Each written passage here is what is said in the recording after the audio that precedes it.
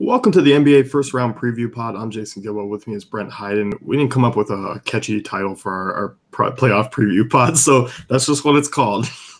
That was a little short-sighted on our part. We probably should have planned that a little bit better. But yeah, it is the playoffs. It does really suck that we couldn't start preparing until 12 until midnight last night, because these matchups weren't finalized until really, really late. Just crazy way to end the season. I have to say it was probably the most suspense-filled season that I've seen. Even though when we started the year, everyone was like, "Yep, season's gonna suck. Golden State's just gonna run away with everything again."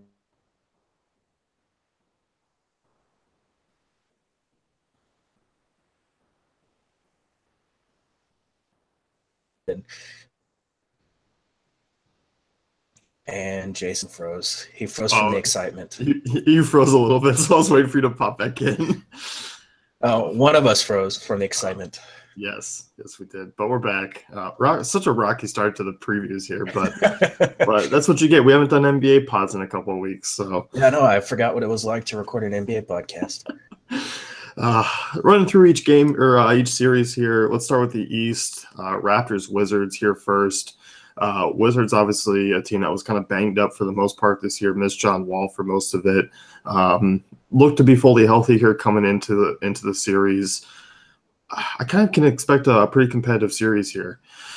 I do too. Obviously, the Wizards are worse with John Wall on the court, because that's what everyone said, right? Having John Wall back, I'm glad he's back, because that's going to make this series really, really interesting. It is going to kind of stink, though, because if you look at it from a fantasy perspective, both these teams decent at defending pretty much every position on the court. The Wizards obviously did struggle at times against small forwards, but, the Raptors don't really have a dominant small forward to roll out there. I'm more intrigued to just see this game from just a real-life perspective than I am really excited about it from a fantasy perspective, even though, the games that this is grouped with the Spurs, Warriors, Heat, Sixers, and Pelicans, Portland. So not a ton of great fantasy options. But yeah, I'm pretty excited to see this series though. I am too. You got obviously two, strong backcourts that should be going up against each other. I think there's obviously going to be some kind of X factor guys. I think obviously Ibaka is going to be a guy that I'll take a look at, because obviously we don't have much pricing to assume. I'm going to probably go off their season average, and being in that 5 to 6K range, I think Ibaka is going to be a guy that I'll be looking at quite a bit, just because like you said, they're in that grouping, and there's not a ton of power forwards. Yeah, he's going to be someone that I think is at least interesting. Washington was decent against power forwards for the majority of the season, but there are, at least a couple areas that Ibaka can kind of pick apart this defense. They did struggle against post-ups, which is something that Ibaka was extremely efficient on this season. I would expect that he's probably lower 5Ks across the industry, which does make him a little bit interesting. Even Morris, who towards basically the second half of the season was just incredibly consistent, and a guy that was scoring, 25 to 30 fantasy points with a little bit of upside. You could see him get more run, and that would make him interesting. I do like the idea of rolling out some Marcin Gortat in tournaments. I do expect that he's going to be really cheap, below 5K.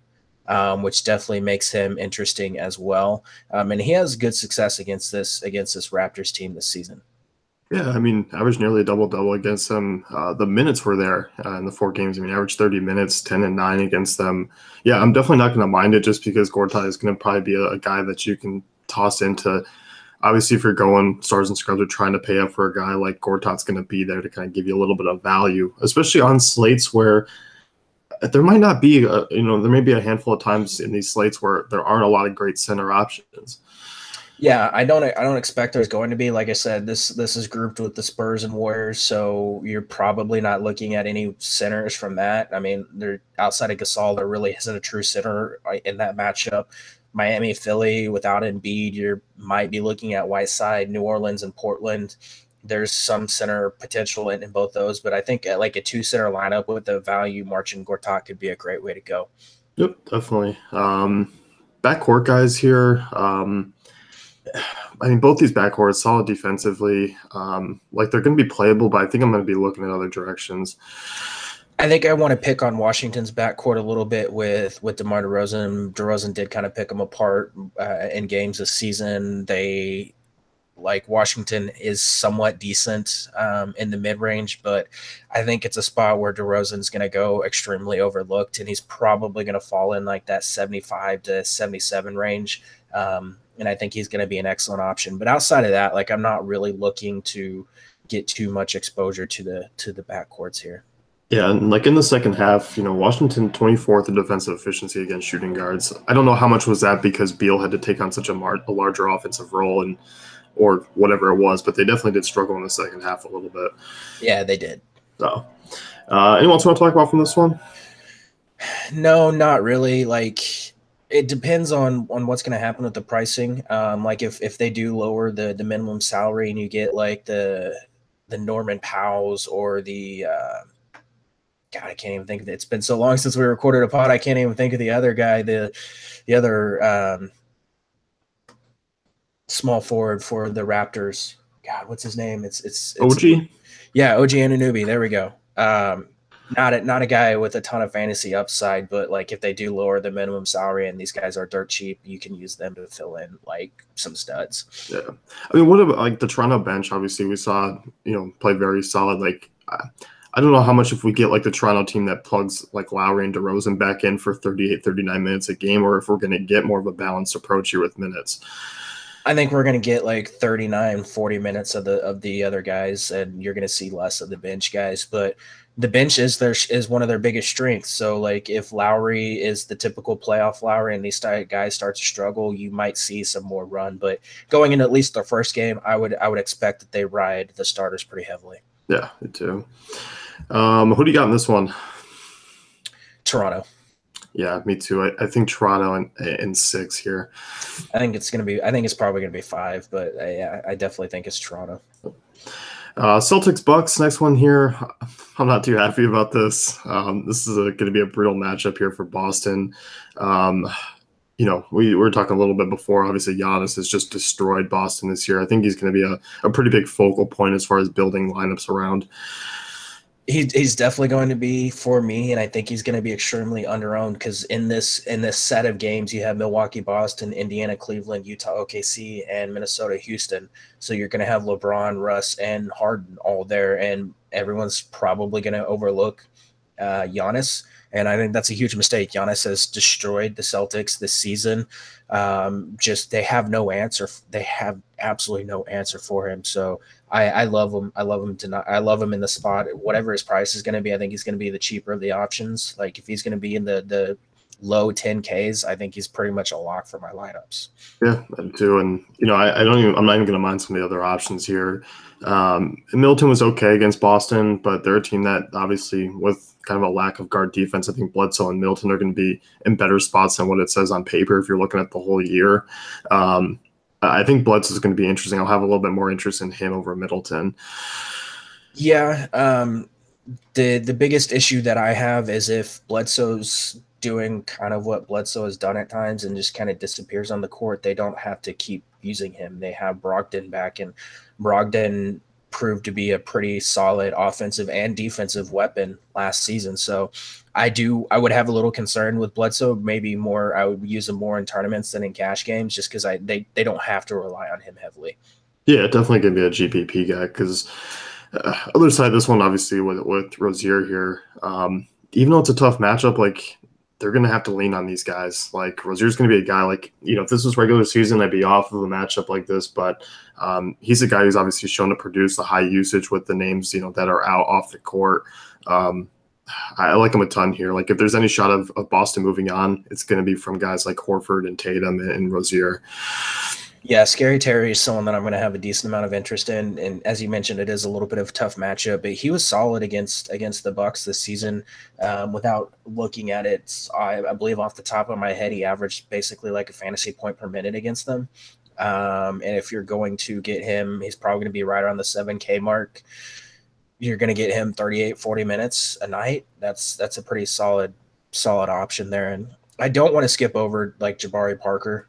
for the Bucks. I think he's going to be an excellent option as well. I think he's going to start to get a decent amount more run.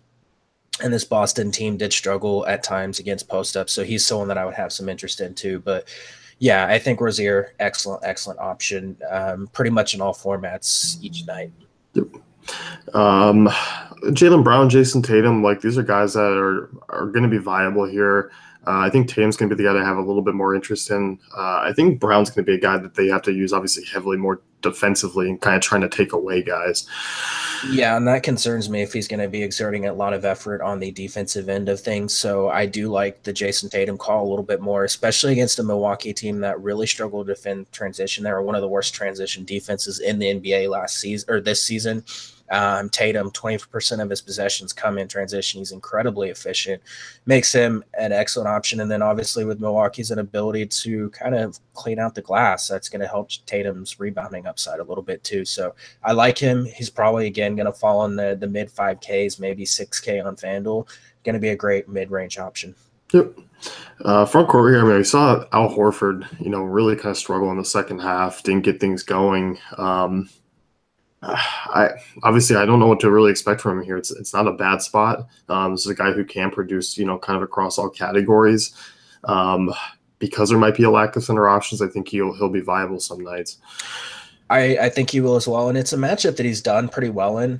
He did struggle in the second half, but in the games that took place for Boston and Milwaukee, I think they had 2 in the second half of the season. And I think he put up over 40 fantasy points in both. Just thinking that's going off the top of my head, but it's obviously a good matchup. Obviously, we know the Bucks really struggle against centers. I think they're going to move Horford down to the 5 a little bit more, and they're going to roll like a Marcus Morris and a Jason Tatum on the wings, which would be definitely good for Horford. So I do like him. I think he's cash viable just because he does have the ability to rack up the assist, and the offense can run through him if Terry Rozier is struggling. So that really helps him. And then you and I were kind of talking about Marcus Morris. I think this is an excellent Marcus Morris spot. If you just look at the weaknesses in the Milwaukee defense, they struggle against the roll man, they struggle against post ups. Those are 2 areas where Morris is decently efficient, and I think they're going to use him a decent amount in this series, and he has plenty of rebounding upside. Yeah, like they have to here. Like, just Morris has been a guy they've relied on down the stretch with all the injuries. He's been a great offensive weapon, which, looking back at his career, obviously been a solid player, but to be kind of a focal point of an offense at times. We've seen, Brad Stevens kind of roll through him in the fourth quarter when they're down, 7-8 points, which he's going to be asked to jack up a lot of shots. There's not a lot of offensive weapons on this Boston team right now. Oh, there's not having Kyrie that really hurts. So it's going to be a spot where I think he has to kind of go ham. So I really like him here. And we were joking about Greg Monroe and Aaron Baines. I don't know how much these guys are going to get on the court. It is an interesting spot for Monroe if they're going to give him minutes, but I think he's just too big of a defensive liability to be out there for too long. So I don't think either one of those guys is going to be in play. I'm going to take a wait and see approach in game 1 and see what happens.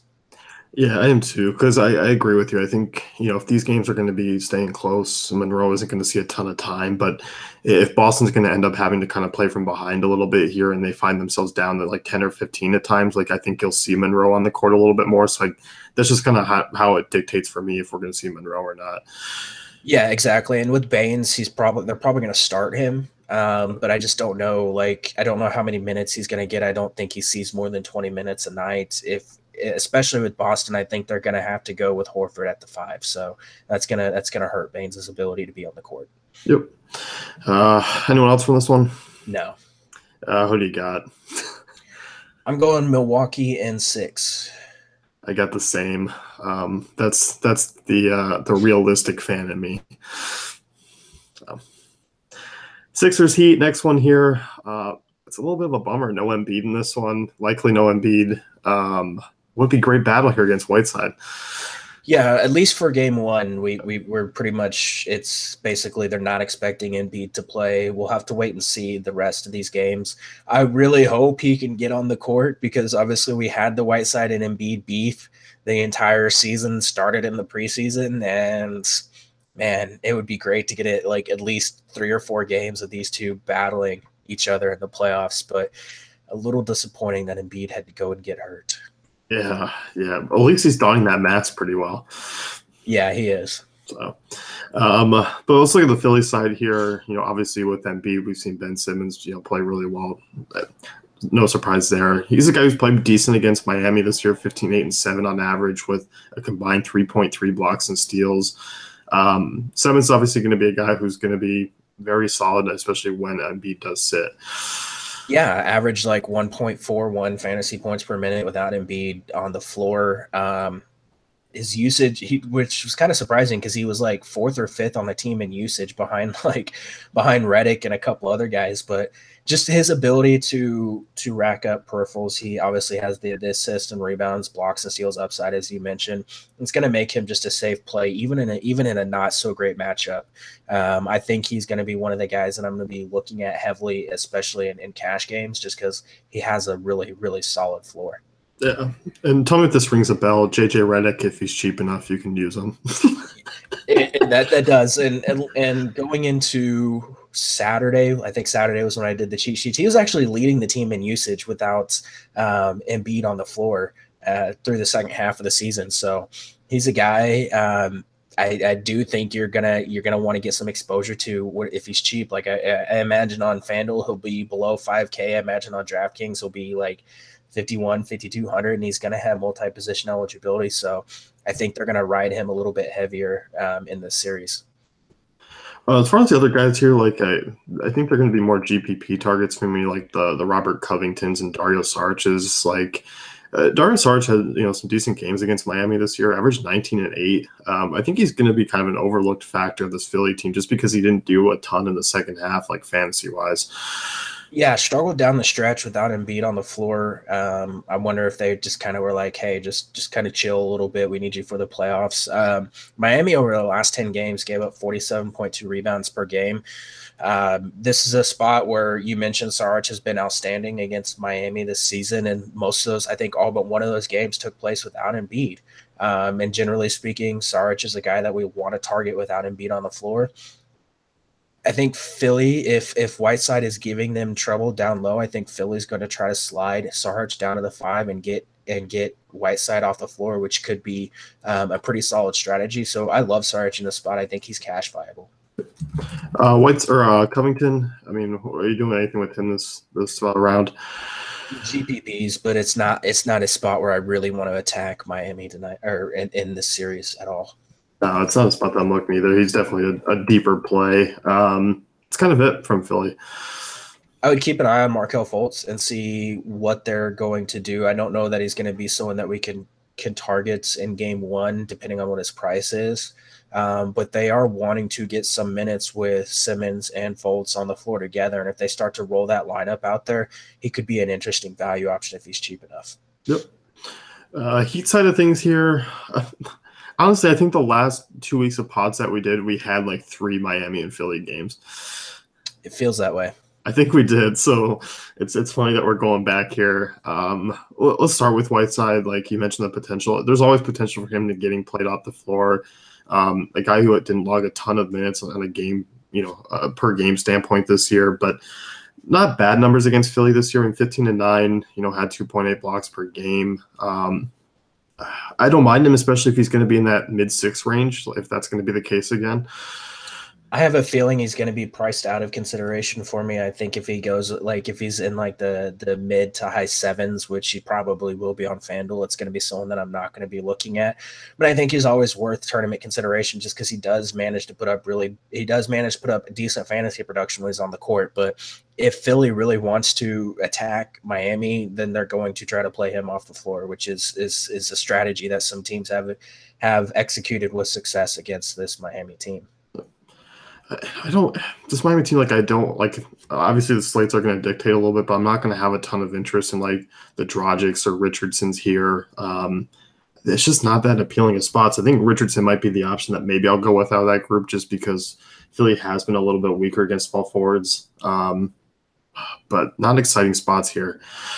No, I'm not terribly excited about any of these Miami Heat guys. I think Richardson's going to be a guy that gets a lot of minutes, strictly because they need his defense, which that's going to make him intriguing if he's in the mid 5K range.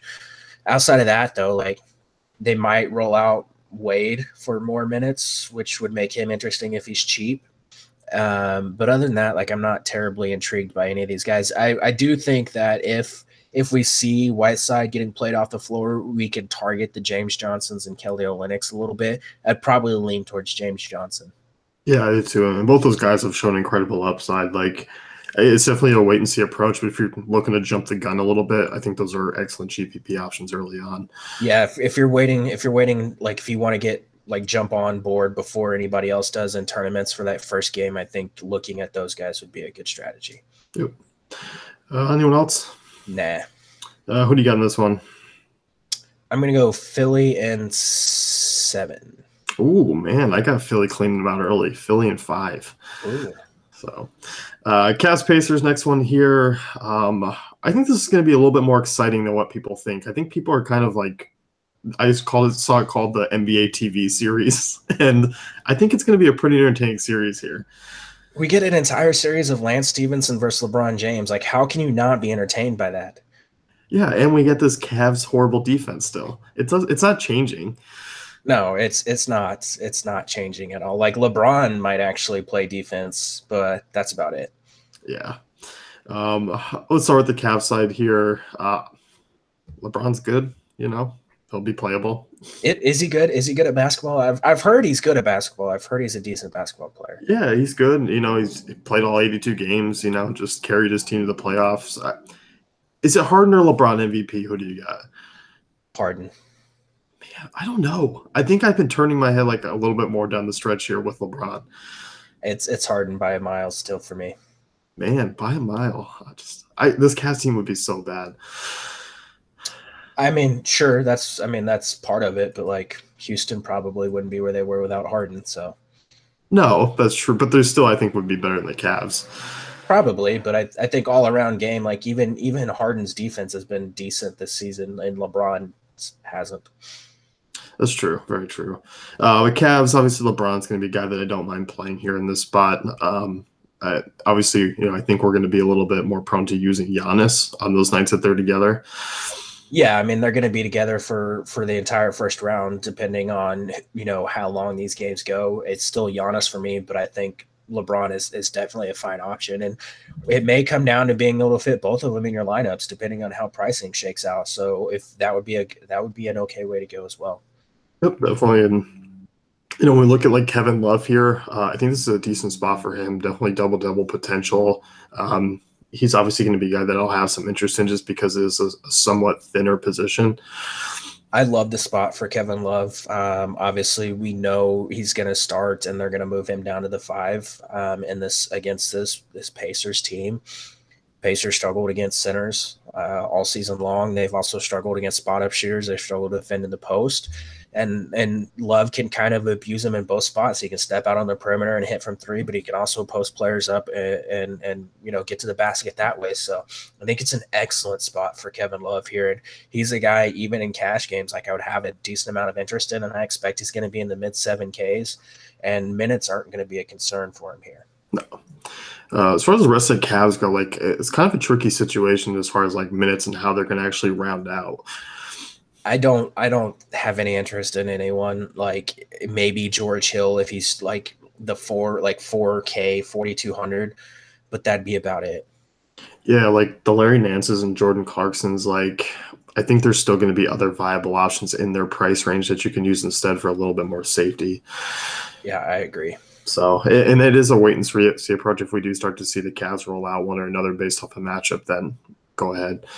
Yeah, I agree there. I think it just comes down to like, I think if these games are close, it's LeBron's just going to try to take over, and it's going to be like LeBron and Love just trying to do everything, and you're not going to see a lot from the other guys. Yeah.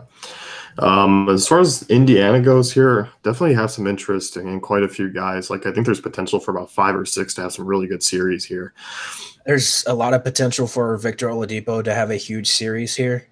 He's a guy, especially in that mid range. Like I don't expect him to be more than like 9K on DraftKings. He probably gets above 9K on FanDuel, but against a Cavs team that has just been terrible on defense all season long. They did struggle against shooting guards. They struggled against point guards. He's just going to be a lot of usage running through him and a lot of shot attempts running through him. And I think it's an excellent spot for him. He's a guy that I will be trying to cram into my lineups for sure. Me too. And if I'm not getting Oladipo, I'm going to be looking at like Darren Collison, who's put up strong numbers against Cleveland because they've been bad against point guards for most of the season. Even in the second half, they were pretty average, after their whole over ramp of trades. They still were pretty pedestrian against point guards. I think Collison's going to be an interesting guy, especially if this game starts to be played at a pretty fast pace, which I kind of anticipated to. Yeah, and something that really stands out in the spot for Collison, the Cavaliers opponent shot 44.4% from the corner three spot against the Cavaliers, and that's a spot where Collison spots up a lot. And that's a really good that makes him a really, really good play. And he's going to be someone that goes extremely overlooked because he had a very volatile season. He was up and down all season long. He had games where he didn't play very many minutes. He had games where he dominated and played a ton of minutes. So I think he's going to be a solid, even cash game option that there's not going to be a lot of ownership on. Yep, I do too. The Lance Stevensons, the Thaddeus Youngs, I think are all going to be playable here, especially Stevenson. That's going to be a fun. We're going to get the big game here. We know Stevenson steps up for these LeBron games, and I think they're going to use him a decent amounts. He's going to be a great option. I don't know what his price is going to be because I know towards after that last game, I think he actually put up a decent fantasy performance, which if DraftKings rolls that into their algorithm going into the playoffs, his price might be a little elevated, but we're going to see more minutes from him. I think Thaddeus Young, as you mentioned, is going to be a solid option. And I don't know that Miles Turner is a guy that's going to get a lot of run. I think they were kind of grooming Sabonis a little bit more towards the end to try to get him in shape and ready for the playoffs. I think Turner is going to be a guy that gets a short end of the stick, and we're going to get a decent amount of Sabonis minutes, and that's going to make Sabonis a very interesting tournament option. Yeah, that's a good point, especially with Love moving to the 5. Yeah, it just comes down to I think Sabonis is going to be able to step out and defend a little bit better on Love than Turner would. Yep, I do too. So I do like that call quite a bit. Anyone else there? Any Bogdanovich interest at all? I don't think so. I think it's going to be Stevenson there at the position. But yeah, Thaddeus Young is a guy that I have some interest in. Probably going to be a nice mid-range play for most of this first round. Yeah, for sure. And he has the ability, the steals and the peripherals as well. So it makes him a decent option. Yep. Who do you got in this one? Cavs in 6. I like that. I'm going to go one with Cavs in 7. I think this one pushes 7. Okay. So, let's move to the West. Rockets, Timberwolves. Obviously, Minnesota got in last night. I think this is going to be a very fun series to watch. There's a lot to like about this series, I think, on both sides. It will be extremely fun to watch. It's really sad that Luc Richard and Mbah dislocated his shoulder, is going to miss the first round. That's a huge blow to the Rockets defense. And it's crazy to say that a guy that barely scores and does anything is a huge blow, but he is one of the only players in the NBA to defend 4 of the 5 positions over 15% of the time this season. He's just so versatile, can defend the point guard, shooting guard, small forward, and power forward positions. So huge loss. It's going to lead to some extra minutes for PJ Tucker and a couple other guys that we'll get to, but it's going to be an exciting series. Yeah. Let's start with this Houston side things here. Let's talk James Harden and Chris Paul.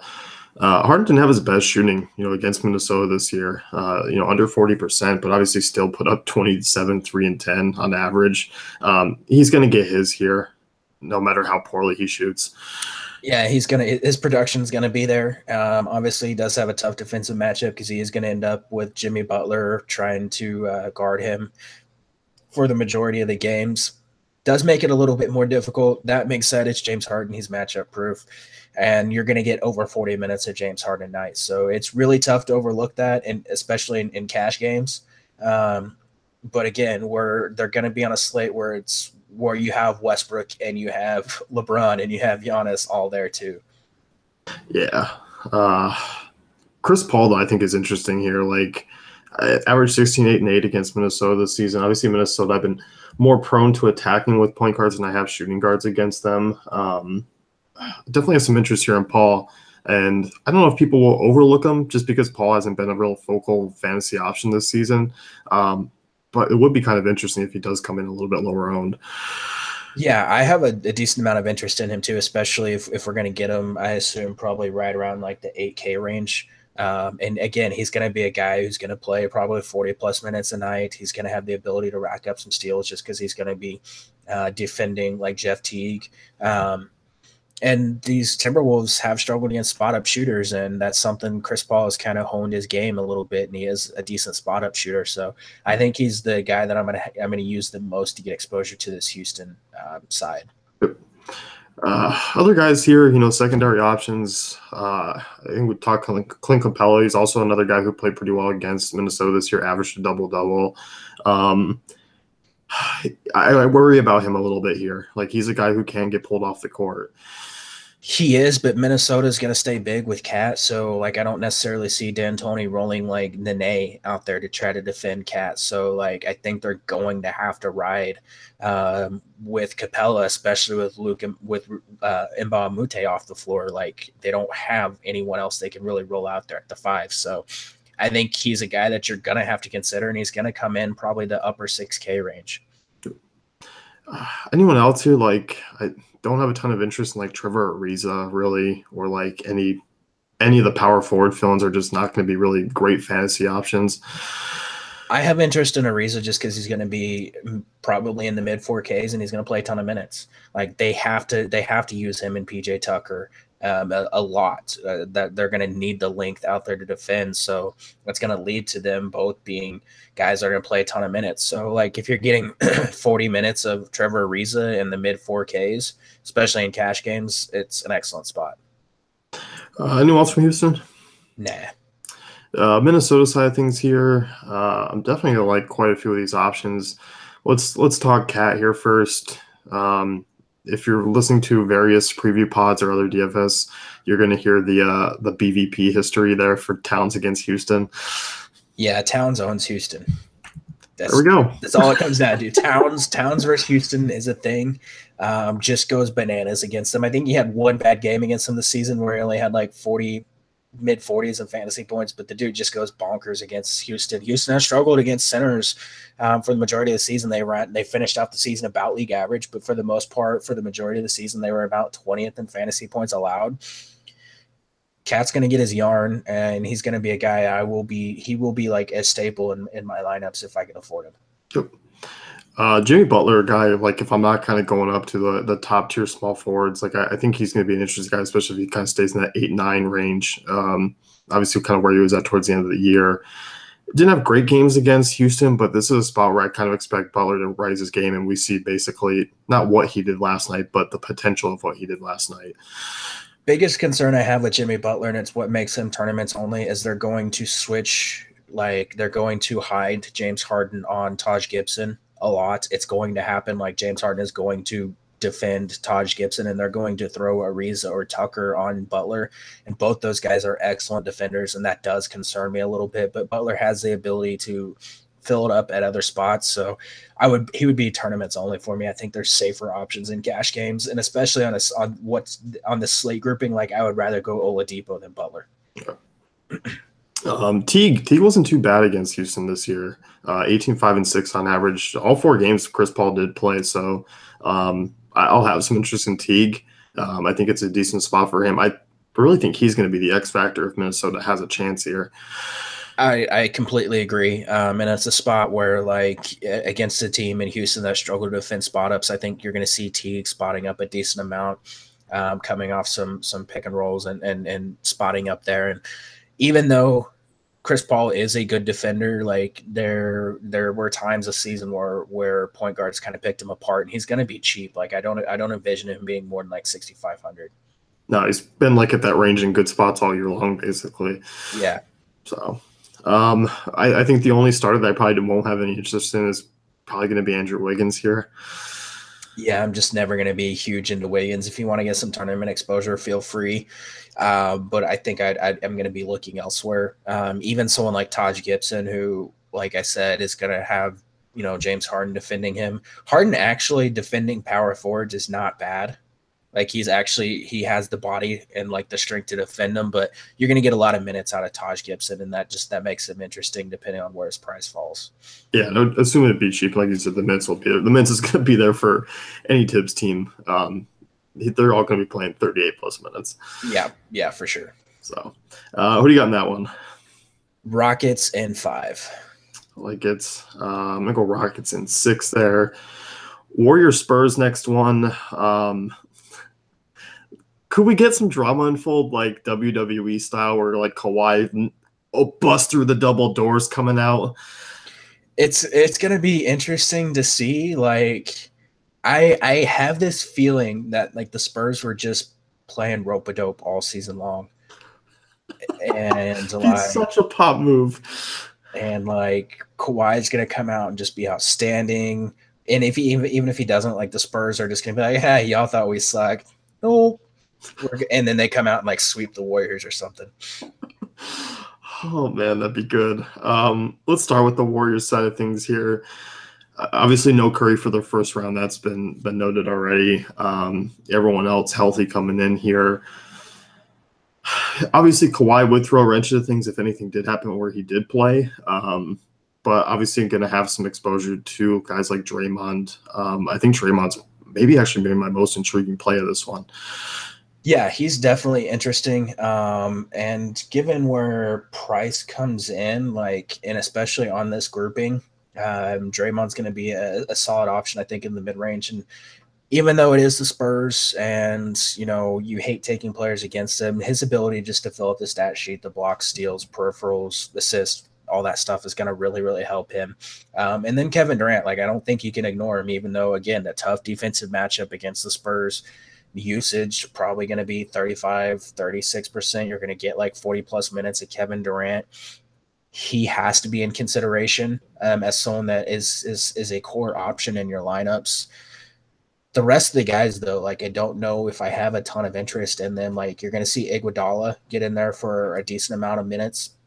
Because when Golden State goes small, you're going to get a lot of Iguodala on the floor.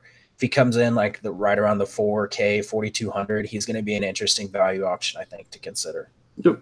And like, I don't hate Klay Thompson in this spot. Like, I know San Antonio turned it around against shooting guards, in the second half, but shot 55% in 3 games against San Antonio this year. Kind of, I think, will be that forgotten option because I'm not a big Thompson guy, like in the fantasy world. And I don't think a lot of other people are either. So if he kind of comes in at like that mid 6K range, I think he'll be interesting. I think so too. And again, it's going to be a situation where you're going to get probably 40 plus minutes of Klay Thompson, especially if this series is close, and he's going to be extremely overlooked. So I definitely don't mind using him in tournaments. And then even Quinn Cook, just because they're going to have Livingston back, or they should, but they're still going to be without McCaw. So like Quinn Cook's still going to play a ton of minutes. And he's still probably going to come in like low 6Ks. And even though it's not a great matchup, anytime you're getting a guy playing that many minutes at that price range, you have to at least consider him. Yeah, and I will say, second half after the All-Star break, San Antonio 24th in defensive efficiency against point guards. Yeah, they did start to struggle. And I think Quinn Cook did put up a really strong upside game against them. Yeah, he did. But then again, he was like torching everyone. For a while there he was. Wow. Any other bench guys? No, I don't. You're going to get like 17 minutes of David West still. A solid fantasy producer in those minutes. If he's cheap enough, like if he's a guy that they lower the salaries on, you can maybe consider him. Yep. Spurs side of things here. Should we talk assuming that Kawhi doesn't play? I don't even know where to attack with this. I would assume that Kawhi's not going to play. Like as much as we joke about it, I'm going to assume that he's not going to play. Well, then we can talk LaMarcus Aldridge, who obviously, one, he was playing out of his mind down the stretch. If you stop playing DFS, he was absolutely crushing. He crushed the Warriors this season, averaged 27 and 11 with 3 assists. Like, I'm going to have a ton of interest in Aldridge here. Yeah, Aldridge is a guy, even though he's going to be elevated, his price tag is going to be elevated. Like I expect him to be 9K plus on FanDuel and right around the same price on DraftKings. The usage minutes and matchup for him just makes him such a safe option. Like they're probably gonna slide him down to the 5 a decent amount, which makes him an even better option. And I mean, the offense has to roll through him. Like if they're going to have success and they're going to even have a chance in this matchup, it's going to be because LaMarcus Aldridge is putting up massive numbers. Anyone else in the front court? Because it's pretty much been him all year. It pretty much has. I think we're going to get some decent Rudy Gay minutes and some decent Kyle Anderson minutes. Both those guys, if they come in the mid 4Ks, are going to be extremely interesting options as well. Backcourt, I kind of worry a little bit here for a couple of these guys, just more size-wise than anything. They don't really match up well if guys like Livingston are back playing a little bit more minutes. Quinn Cook not as long as those guys. I think we're just going to see kind of multiple game, like maybe possible big games out of guys like Murray. We will get random, probably Parker or Ginobili games too. I have a feeling we're going to get a decent amount of Manu like just torching the Warriors. Like I don't know why I have that feeling. There's nothing that says that it's going to be a good spot for him. I just have a feeling Manu's going to torch them. So I would be sprinkling in some Manu exposure for sure. I don't mind DeJounte Murray, Patty Mills, any of these guys. I think they're going to be fine options. They're not anyone that I'm really looking to target though. Yeah, Murray's been solid, like on a fantasy points per minute standpoint. At times, he rebounds pretty well. Can't rack up her full stats, but if they're going to kind of hold him out still at like 28 minutes, that kind of sucks.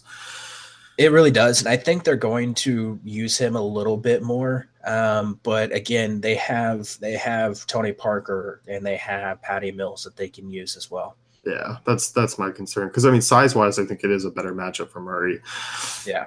So, who do you got in that one? Spurs in 7. Really? Yeah. Man, I like it. I'm not going to count out Pop. Like I don't care. It's Popovich. Something crazy is going to happen. Oh man, that's I like that call. I'm gonna still go Warriors in 6. Although if Kawhi comes back, yes, Spurs. There you go.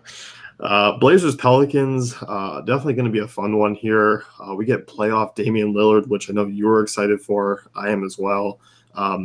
This is, I think, by far the most appealing fantasy matchup. Damian Lillard is the first guy in my lineup whenever slates come out. Damian Lillard, playoff Lillard, second half Lillard, like the dude. If you weren't paying attention the second half of the season, he went bananas. He was all over the place. He was scoring a ton. He continues to dominate usage on this team.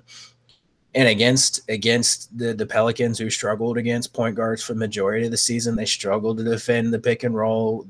There's going to be so much Damian Lillard ownage. It's going to be amazing. Yeah, I'm with you. Lillard's the guy here. I think if I'm looking elsewhere on Portland, I really liked what I saw from Nurkic down the stretch. I'm going to have a lot of interest in him if he's going to be in this mid-range. Pelicans, they did improve their center defense a little bit second half, but I think Nurkic can have huge games here. Yeah, their center defense improved whenever they stopped playing Emeka Okafor at the center and they move Anthony Davis back down to the 5.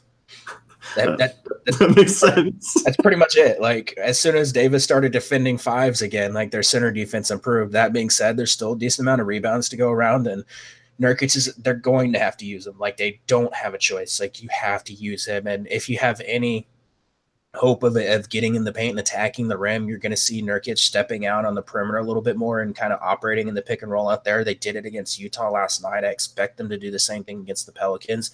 It's going to open up the rim a little bit for Lillard and McCollum. I think all these Portland guys are interesting. I obviously love Lillard. I like Nurkic in tournaments. Even Aminu and McCollum, excellent options. And I like McCollum. I think is going to come in around the mid 7s. Aminu, you're probably going to around the mid 5s. I think both guys are excellent options. Yeah, I'm with you. I think Amina's a great call there on power forward. Wasn't too bad. He's not a huge scorer, obviously. can't rebound here in the spot. And you look at New Orleans, I mean, pretty pedestrian against power forwards this season. He's a guy that, like you said, should be in that mid fives where I'll have a lot of interest. Yeah, and if you look at like play where the Pelicans were really weak this season, they struggled in transition. That's an area Aminu, does do decent in transition. They also struggled against the roll man, another area where Aminu was decent. They struggled against post ups, which he didn't really have an impact there. But against spot up shooters, especially Aminu, 47% of his possessions come out of spot ups. He's averaging like 5 points a game against out of spot ups. So it's going to be a good spot for him. Yep. I don't have a ton of interest in like the bench guys or like really anyone playing the three here. Do you? No, I don't know who's going to get out there. Like we might see a lot of minutes out of like Evan Turner or Shabazz Napier. If they come in cheap, I might be a little bit interested. Like if they come in below 4K, I might be a little bit interested, but probably not. Yep. Pelican side of things here. Obviously, Anthony Davis is going to be a terrific play because he's just going to continue what he's been continuing to do. We get playoff Rondo, but Portland's been one of the better defensive teams this season. They've been really good.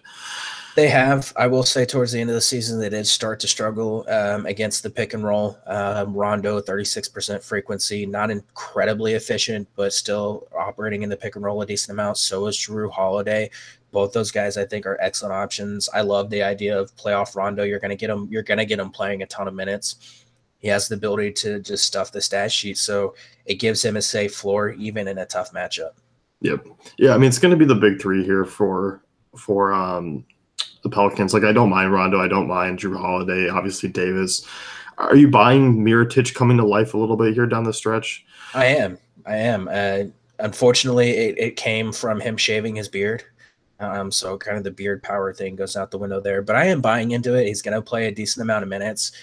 I think it's an excellent spot for him. Like he's going to come in probably around the 6K range, which is fine. Like he has the ability, especially to step out from beyond the arc and hit from three, which is an area where Portland did struggle at times to defend. So he's going to be a guy. I think if I'm looking and I'm not going to get Davis exposure, I would probably get a little bit of Mirotic exposure. I think we see a ton of minutes out of these guys. Like Etuan Moore is obviously going to be a guy who gets some minutes. Wouldn't surprise me to see him have a game here or there, but I don't know if I'm going to be actively chasing him. No, if he comes in below 4K, I'll look at him, but I don't expect him to, which kind of puts him out of play for me. Like I would rather get the Arizas or someone else that I think has a little bit more upside. Yep. Anyone else? No. What do you got? Portland sweeping it. Ooh, man. I at least give Pelicans a game here at home. But, yeah, I'm with you. I think Blazers move on in 5. Thunder Jazz, your team here, take on the Jazz. On paper, this isn't going to look very fantasy-friendly, but I think there's going to be some options here. I think there's going to be a decent amount of options, and it's going to be an interesting series. There's going to be some chess matches going on, I think, and I think this is finally the time where people stop saying Billy Donovan is a bad coach, because I think he's going to pull some magic out of his hat here, and I think we're going to kind of wipe the floor with the Jazz. Man, wipe the floor. I like the enthusiasm here. I mean, it just comes down to like, one, I don't trust rookies in playoffs, and your leading scorer is a rookie. 2, your best defensive player is a guy that is just a wounded animal out on the perimeter, and you have a team that, like with Paul George and Russ and Steven Adams, that can operate out on the perimeter. It's going to make it tough, I think, for the Jazz. Yeah, I do too. Jazz, really in a fantasy aspect, I don't have a ton of interest in. I don't really like taking centers against the Thunder. I'm not going to be too high on Gobert for the reasons that you've mentioned. Just they can kind of play him out a little bit here, just because there are so many options on OKC. And I don't know if anyone has seen videos, but Gobert really does look like a wounded animal out there. He is so lost whenever you stretch him out to the perimeter. Like you saw it last night with Portland. If you watched that game, Lillard and McCollum and Nurkic just picked him apart. Like it was really bad to see from a guy who claims that he's the best defender in the NBA. I think this is a situation where OKC does try to go small if Gobert is a force in the paint, and if they go small and pull Grant at the 5 or Patterson at the 5, then you're going to see Gobert just not play minutes. Yeah, which I mean, really, I think on both centers here, like I'm not terribly intrigued. No, I mean I think Adams is always interesting as a tournament option depending on where his price comes in, but I'm looking other places. Like I don't want to discount Mitchell. Like I feel like he's going to be a guy that averages in the mid 30s fantasy points, which is fine in cash games depending on what his price comes into. But the rest of it, like I don't necessarily want to force him into lineups because they're going to match him up with Paul George. So that concerns me. And like Russ, whatever he tries to defend, he's a really good defender. Like we saw him shut down James Harden in that Houston game. So that concerns me with Rubio. I think the X factor in this series is going to be Joe Ingles, and if OKC is not able to defend the corner 3, which is where Joe Ingles like does his damage, it could be a problem. So he might be the guy that I would get some tournament exposure to, and that'd be about it. Yeah, I don't like Utah here. Like I'm not terribly excited about this series on the Utah side. I think the Thunder side's a little bit more intriguing. I really like Paul George in this spot. I love him in the spot. We saw him heat up going into the playoffs. Obviously, his ability to rack up the steals really helps his floor. And the Jazz, one of their biggest areas of weakness is against spot up shooters, and George 15.9% frequency, ranked in the 93rd percentile on spot up. So I think he's an excellent cash game option. He's probably going to come in the mid 7Ks, even a good tournament option. Yep. And of course, I mean, Westbrook's going to be playable. He's going to be one of the more expensive guys. I mean, average a triple double against Utah, also average a triple double on the season. So, except he doesn't have the 16 rebounds to go to. Yeah, he doesn't, but he's still good. He's still going to try. So it's Mr. Triple Double is probably going to rack up more triple doubles. What about a crowd favorite down there, a fan favorite in OKC? Mr. Thunder, Nick Collison. Man, no, you know who. No. He may not even play in the series. So Brewer sprained his knee. It didn't look good. I don't know if he's able to suit up in this series, but it'll be interesting to see. If he does, I think he's okay, like depending on what his price comes in. If Abrines is able to go and Brewer is not, I think Abrines is going to be like a very, very, very good cheap value option. Again, I mentioned Utah Jazz struggle against spot up shooters. Abrines, 49% frequency, ranks in about the 76th percentile in spot up shooters in the NBA. Kind of started to heat up late in the second half of the season. He's going to be a good value option if he's able to go, but he's in concussion protocol. Yeah, so a little bit thin there. Anyone else off the bench? Like you mentioned Grant, if we do see that run for him, Grant's a guy like when he does get the minutes, like I love having interest in him. Grant was outstanding the last few games of this season, and I think he's going to continue in the playoffs. Like he was all over the place. Dude was flying from like half court to block like wide open dunks. No one saw him coming. Like it was amazing. Like he was playing like vintage Serge Ibaka was. I do like him. I think he's going to get extra minutes here. Even Carmelo, like again, the Jazz struggle against spot up shooters. If Carmelo's stepping out on the 3-point line and spotting up and he's hitting those shots, he's a guy that has a ton of upside if he's going to come in the mid 5Ks. That's where I think I like him. It's just he's probably going to be more of a price point play for me. Didn't shoot well against Utah this year, but actually wasn't awful. I mean, average 18 and 6. Yeah, I mean, it's just a spot where he's going to be pretty cheap and you're going to get decent minutes. You're going to get decent minutes out of all these guys. Like I think Westbrook 42, 43 minutes, Paul George 42, 43 minutes. Melo maybe not just because he's old and probably can't play that many minutes. You're probably going to get like mid 30s. So that would be where you're probably going to get the Jeremy Grant minutes from. Yeah, he's a little round too. A little bit. Who do you got in this one if I have to ask? OKC sweeps it. Oh, man. I say Thunder get a game, but yeah, I think Thunder win these kind of comfortably. I hope so. So with this being, we're not going to do a round 2, but with this being the last one, who is your finals preview and pick? Rockets and I think it's Rockets and Cavs, and I think the Rockets. I like it. I'm going to go Rockets Sixers. is mine, and the Rockets win. There you go. So that's it for us. No more NBA till next year, but if you're playing baseball, be sure to check out those pods. We will be doing cheat sheets and stuff still throughout the playoffs and first round. Optimizer will be up and running, so be sure to check those out. Good luck in the playoffs.